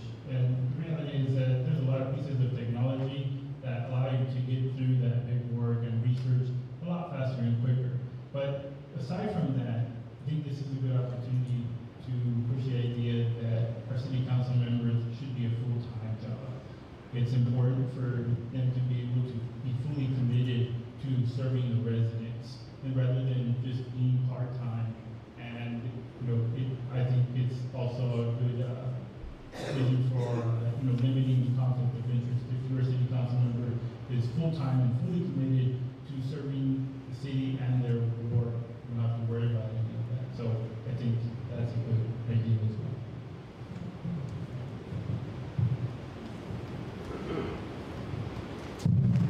So in my experience working for the city of Riverside and managing a business improvement district, I've run community centers, I've worked citywide special events, I've worked citywide programming, I've run citywide beautification projects, and I manage projects with hundreds of volunteers at a single time.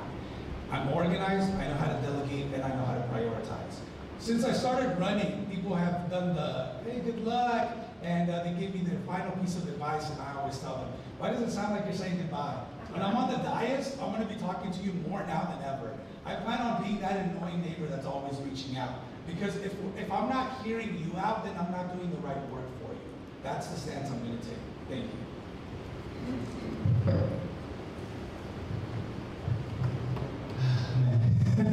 So, many of you guys don't know, but I work in the medical device industry. I get to see all of these FDA regulations that we have to follow. I have to make sure that all of your medical devices are safe, that they're made with quality and they're manufactured right. So process is like my forte.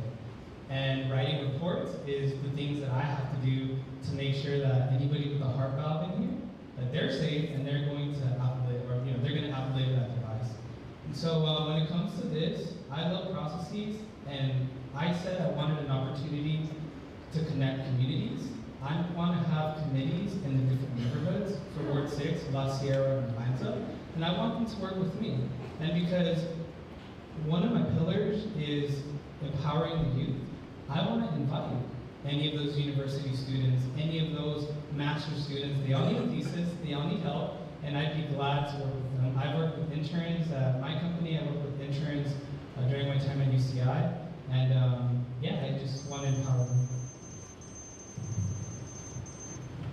Anyone who knows me knows I have an affliction. I have no filter. So I'm going to tell you the truth here.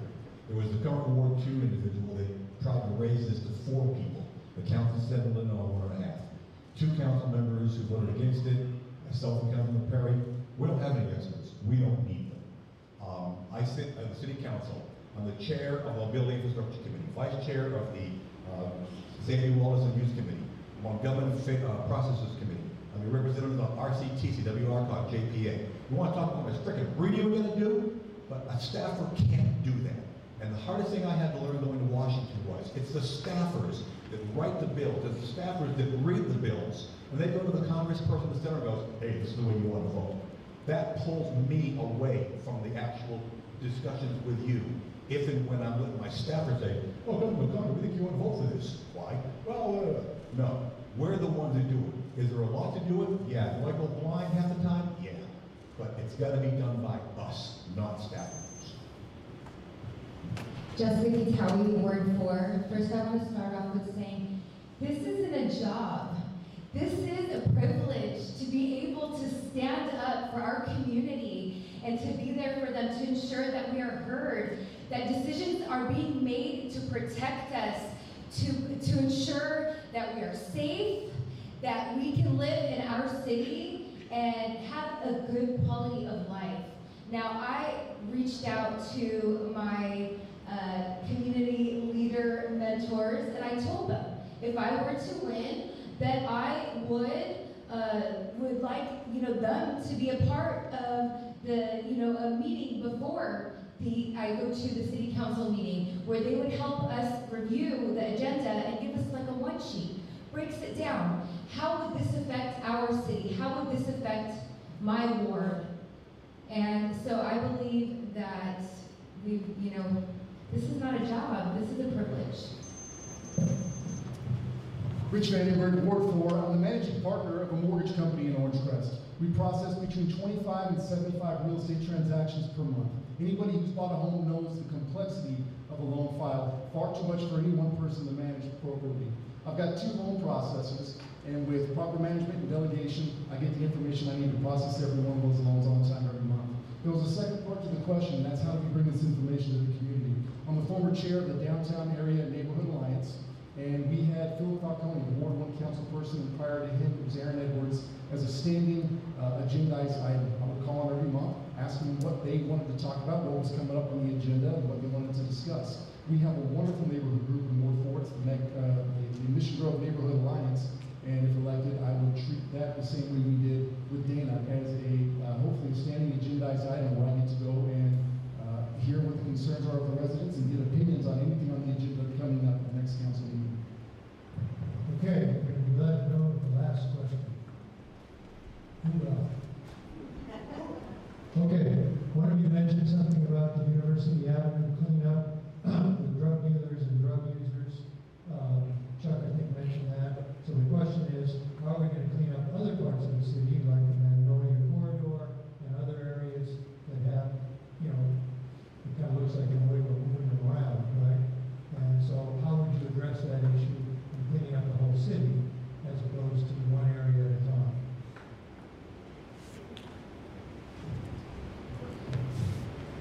Rich Van Emberg, Ward 4. This is one of those questions I don't have the answer for. We spend 70% of our homeless budget on cleanup as it is.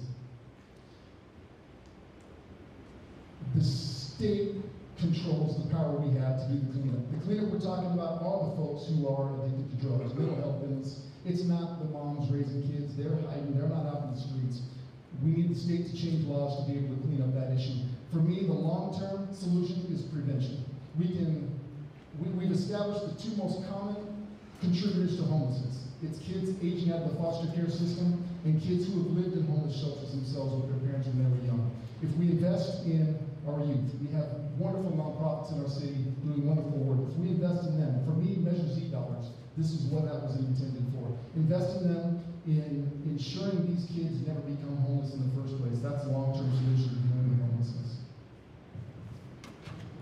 Jessica Gitawi, Ward 4. I have a solution. I'm going to always bring solutions. I'm always going to think deeper about every issue and figure out something that we can take action on. And when it comes to the homeless issue, I actually went around town and I interviewed the homeless people. And I asked them what made them homeless, why do they stay homeless, what can we do to get them off the streets? And I had the most precise plan that would work so effectively, and I presented to everybody when I was running for mayor. If I bring it up right now, I wouldn't be able to to really tell you guys, but I'm going to post a video on my Instagram, Katawi for Riverside. Please go watch it. Go find me on Instagram. Check out the solution that I have for the homeless issue. I do believe that there is a way to help them. First, we got to get them off the streets, right? So my first part of the solution is to get them off the streets. Second is to get them help. And that would involve utilizing organizations that are already getting funding. So it's not like we're paying any money out of our pocket, but we can help them with money that's already being allocated to our city for that issue. We go no filter. This is very easy. People will say stuff that they have no idea what they're talking about. Councilmember Perry, Councilmember Mill are working hard on Magnolia Corridor. They're working directly every day with the city manager and the police chief. Last week, along with Jose Medina, they did a 3-hour trip down there.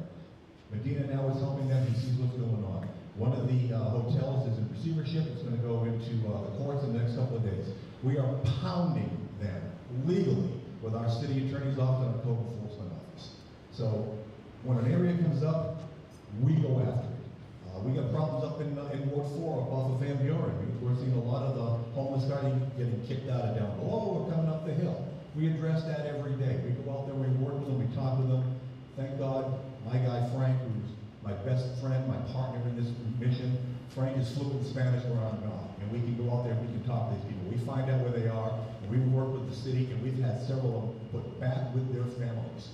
So it's being done on the Magnolia Corridor. Yeah, just to remind everyone, it's not just the homeless, it's the drug dealers and drug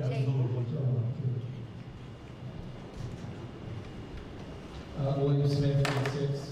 I did have a chance to speak to Jim, and I have had a chance to speak to some of the residents in Ward 6. And to me, what it looks like is whatever Jim is doing right now is what a lot of people are accepting as moving forward. I know that I've heard Councilmember Jim say that he addresses these issues in 2 ways. One is providing them service first. If that doesn't work, then he has to use law enforcement. And so, what my solution would be is to better understand what he's currently doing and making sure that they have more support to, I guess, that they just have the support of the city to continue what they're doing and, and thinking ahead.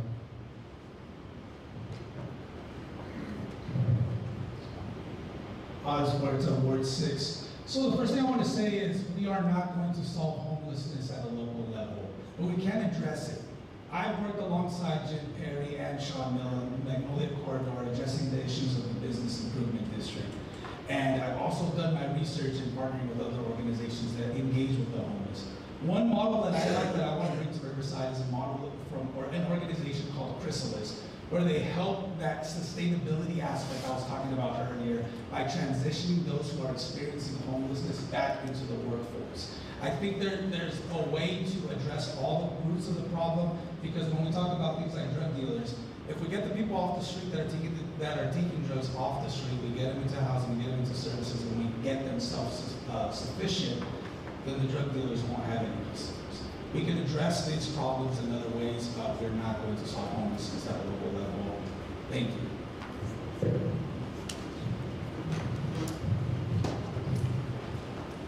The homelessness crisis in our community is a very complex and complicated situation. This idea of pushing them along to other areas is part of what's gotten us where we are today. The reality is that we need to come up with real long-term solutions to address this issue. And yes, this isn't going to go away, but we can do a lot of different things to address this issue. We can come up with, we can add additional homeless shelters. We can come up with, like the hotel on University, permanent supportive housing. We can tie it to, counseling and, substance abuse. We are going to work on making stronger ties between the RPD and the community to go after those individuals, preying on those who are struggling with substance abuse. This is a multi-level issue, and it has to be tackled on very different levels. Long-term care facilities for those individuals who may not be able to care for themselves. Barry Dawes, Ward 6 still. Anyway, how I would handle this is get onto their level. I think I'd like to change the name from homelessness to socially challenged, which is more of a broad word. Because it's kind of a weird topic. Oh, he's homeless. That can mean anything. Socially obstacles are, or whatever.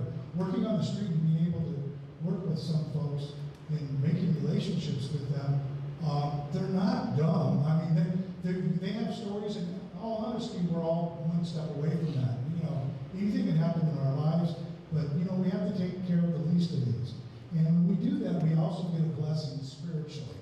I don't know where everybody's at, but I believe in Jesus Christ, and I go by what the Word says, and He wants us to help out the homeless. And again, just building relationships and identify them as human beings. And there's another organization called His Eyes that just was sponsored with In and Out, which I'm kind of working with too. So we have some choices. We've got to be able to get a network together, and the right hand knows what has to do, what the left hand's doing. I'm very passionate about it. Well, if you ask my son, he'll tell you that I'm going to make him clean up the entire city. But no, honestly, this is a very complex issue, and it's going to require very complex solutions.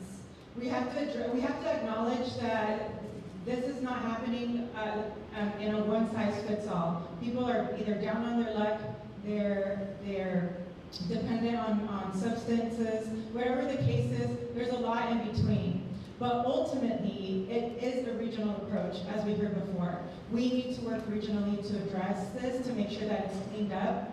And at the same breath, I'm the only one up here who is supported by the majority of the city council and regionally, by regional leaders throughout San Bernardino and Riverside County. So I'm going to be the only candidate that can actually, well, not from everybody here, but I'm the only candidate that's going to be able to deliver tangible results and making sure that we have a city where I'm excited to walk down the street with my kids on.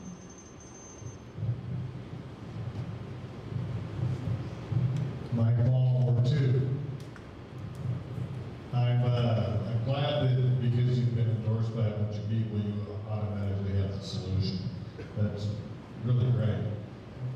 Homelessness is just one of these problems that is not going away.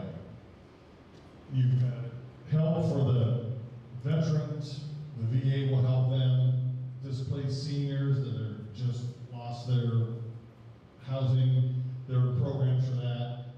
And you end up with a lot of the people that are on the street with substance abuse. And if you try and take them to shelters, and they have to give up their substances, they refuse. They'll just live outside. I know, personally, I know people that's their deal. They don't want any help, they want to stay on drugs, and they'll just figure it out. So this is something that's going to take, as everybody has said, you know, the state, the county, and plus the city. Dan Flores, Ward 2. The state's spent $24 billion on this homeless problem, and things have only gotten worse. So how are we going to do it at the city level? My recommendation is that we create a problem-oriented policing team or a community-oriented policing team that is assigned to specific areas of the city, and that's where a team of officers focus their attention on. So when they see homeless, they see drug dealers, they see any other kind of criminal activity, they know who the person is in the city because that's their assigned beat for extended periods of time, if not their entire time on patrol. Once you do that, you connect with other social services and other private entities, and you bring them together to try and do a census of who is out there. Do you have the person who is down on their luck? A woman who has to leave her family, or her husband, and take her family with her? Or do we have drug addicts? People who are mentally ill? We need to figure out who is who, then we can start a plan to actually fix the problem. Okay, closing comments. We have 1 minute for Ward 2 and 4, and a minute and a half for those of you in Ward 6, because you're the hosts. So we'll start, Rich, at the other end with you. Thank you, Rich Vandenberg. Turn it on. Hello. I don't think it's working. Yeah, it's working. It's working. Hello. Is it working? Yeah, turn it up. Okay. Testing. Hello. There we go. Rich Vandenberg, Ward 4. The Ward 4 seat has become increasingly politicized. and the vote has become increasingly predictable. When leadership becomes predictable, the community loses its voice, and that's not okay. I believe representation should be about listening, not just to those we agree with, but to all that we represent. I joined my first neighborhood group 8 years ago.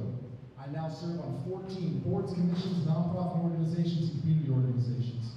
Everything from finance to historic preservation, land and water conservation, and teaching people how to have conversations with people they don't agree with and find common ground. That experience has shown me the unique opportunities we have as a city, a lot of the challenges we face as a city, and shown me we need new leadership in Ward 4. Riverside deserves leadership that's focused on results, not politics. One with life experience and leadership experience in the community, not an activist or an influencer. Someone with a servant's heart who loves this city. I am that leader, and I'd be honored to serve you. Jessica Katawi, Ward 4.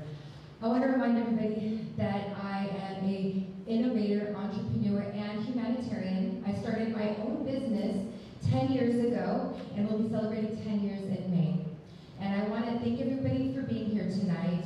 I also want to say that if you're tired of the person who knows it all, who says it's a done deal when it's not, who is too busy listening to themselves so they can't hear innovative ideas, enthusiasm, and hope for a better future, vote for me. I've been living in Riverside for 39 years. I've lived in the same neighborhood for 18 years, and I'm not going anywhere, and I'm committed to protecting our city that we love. I'm already doing the work of a city council member. I'm not waiting. I'm not taking money from any corporations. And I highly recommend everyone go do your due diligence. Look at who all the candidates are accepting money from. In light of tonight's conversation, if anyone is taking money from Southern California Edison, that's a red flag. Let's work together to protect our home. Chuck Conway, Ward 4, underground RTRP. The California Public Utilities Commission authorized $590 million for the project. That is spread out across the entire grid of the state of California through CalISO, the independent system operators. Riverside's portion of that is $9.7 million. That's awesome. Anaheim's paying twice what we are. But we have to have SCE tell them how much money they need. We know where to go get it. This has been going on since 2003, and it has changed over that time. Policies have changed, the weather has changed, the mitigation needs to be done. We need to underground this, and right now it's 3-4 undergrounding and 4 against it on the council. We need some people on there that will support this area of the town and protect the people that live down here, protect their property rights, but protect us from what happened in Altadena and then the other fires, even back as far as the Palisades, which they're now getting sued by hundreds of millions of dollars by towards them. So anyway, underground upgrading. Blackmore. So to me, it's clear that we want a solution for the RTRP project. And I do want to prioritize safety, reliability, and the cost for this project.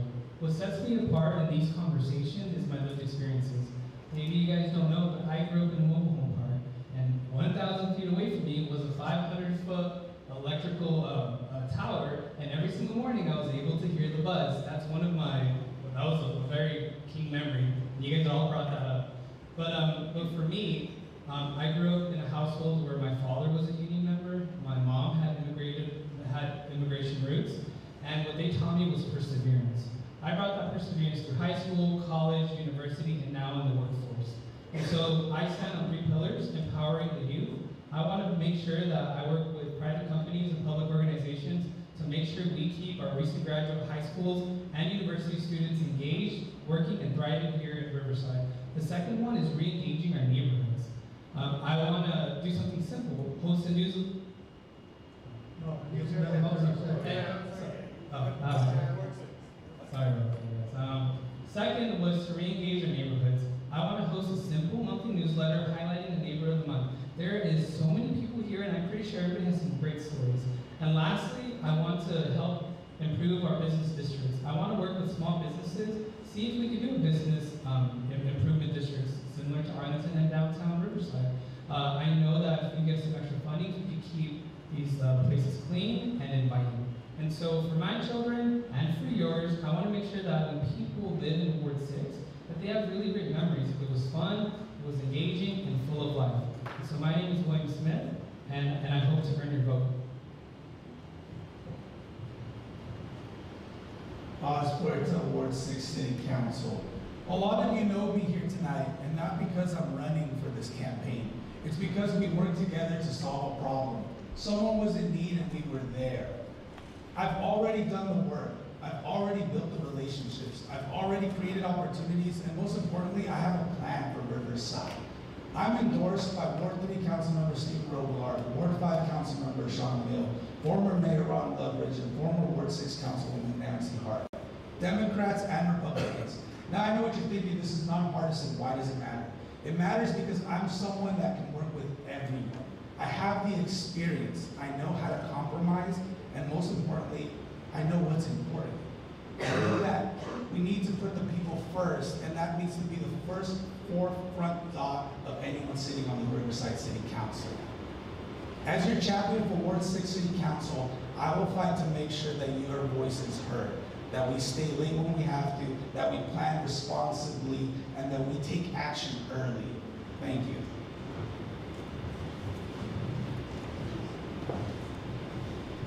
Luis Hernandez, Ward 6. I'm a man of few words, I'm straight to the point, and despite what it looks like, I'm very approachable and easy to talk to. You know, my wife is telling me all the time, smile. I'm like, I am. But the reality is that, you know, I have two children who were born here in Riverside, and my goal running for city council is to make quality of life here in this area and in the city better for them and you. My campaign is about our neighborhoods, your voice, and putting community first. My involvement in community organizations shows that. My work in the nonprofit world shows that as well. It's about being resourceful and coming up with unique ideas to solve a lot of the issues that residents feel like we need to address. So.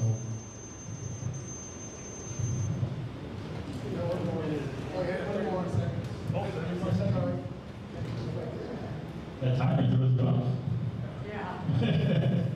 But I just want to thank all of you for coming out here tonight. I really appreciate you taking the time to get to know all the candidates running for your ward or for the city council in general. It makes a difference, you being involved. If you see me, come up to me, talk to me, ask me questions. I'll let you know where I stand on issues, but that doesn't mean that I'm not open to having conversations and changing my mind if you present a good enough argument. So please talk to me. Barry Oz, Ward 12. I live by a motto that I think that is pretty nice. Share, fair, and care, leave the campground better than one another. We're only here for a limited time. We all have a death sentence, you know what I mean? And the thing is God taught me that, you know, to hang on to things loosely. He's also taught me ideas come from all over the place. And when we minimalize, you know, humans, and that's what I see going on in the streets, it's really, really sad. They're into a category, they're beyond, I don't know what it is. They seem inhuman. We're not inhuman, I mean, we're not treating them properly. So my thing to every one of us in this room would be go out there and make a friend and, you know, let it be a challenge to you to help somebody out. And I know we would get some good ideas if we collectively think about things and coordinate things. And that's what I was trained to do as a shop steward. So I'm able to listen to all sorts of sides and figure out things and, you know, hopefully get the right answers for stuff. The other thing too is I want to see our kids prosper. I feel like they're kind of left behind now with the way things are going. I mean, we created this problems with these computers. They're sitting in front of the computers. I really feel sad for them. They're really, really bright kids. And, you know, I don't know what's going on with the computer. The next thing's going to be AI, but there's things that have to be in place to slow that down, to get people out in the streets. They may be the one that would help out with homelessness. I don't know. But everybody needs to have a purpose, and everybody needs to be engaged, and everybody really needs to get along with everybody and love each other. You know, and I just see that we're just kind of stepping over these situations, and it just really concerns me. And there's other concerns too. The economic sides and things as well. I'm all for business and I'm all for people. There's a balance that goes on there. This is when I was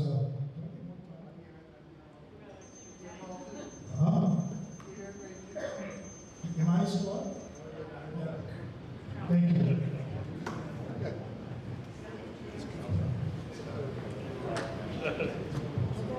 Hello everyone, again, my name is Tracy Torres and I'm running for Riverside City Council Ward 2. I want to make sure that we bring good jobs to the city of Riverside and prioritize affordability, that we work with public safety and we make sure they have the resources they need to function well and take care of our city, that we compassionately address homelessness, and of course that we focus on city issues, that when you dial 311, your concerns are addressed expeditiously. That's what matters to me. I haven't changed since 2018 when I first ran. I am a local girl and I focus on local issues.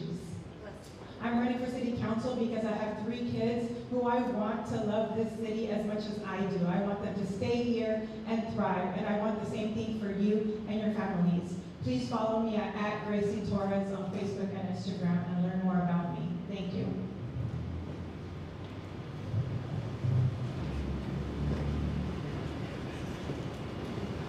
Mike Wall, Ward 2.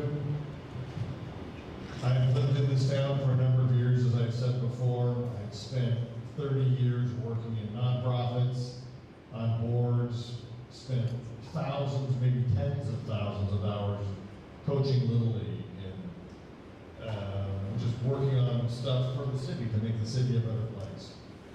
I spent 38 years now with my company, and my clients hire me to solve problems. That's what I do. I think the city has some issues that need to be resolved, homelessness being one, which is going to be a very thorny problem. But there's other things, ways to get to it, I'm pretty sure. At the end of the day, we need someone that's just going to be here for Riverside, loves Riverside, and wants to stay in Riverside. Thank you very much. Dan Flores, Ward 2. Thank you all for coming out. It really means a lot that you want to hear about what we have to say and what we intend to do to make your lives better. In my 28-year career, I had worked in internal affairs as supervisor. I was a special teams lieutenant over the drug unit, patrol operations, detective bureau, and the same thing at Reno Valley as well as the Hammond Station. I was the administrative lieutenant at the Riverside County Sheriff's Academy for 3 years as well. I had time in the jail. I know about managing people, big budgets, and making sure the job gets done. I can bring that kind of experience to the city council to work out issues between people who don't necessarily agree with you, who may be completely opposite of what you want, who are opposed to everything you want, and work well with them. I'm asking for your vote and for your confidence for Ward 2. Can we have all the candidates stand, please? Raise your right hand and solemnly swear. Solemnly swear to do everything you can. Okay, folks, ladies and gentlemen, you are Riverside City Council candidates for 2026.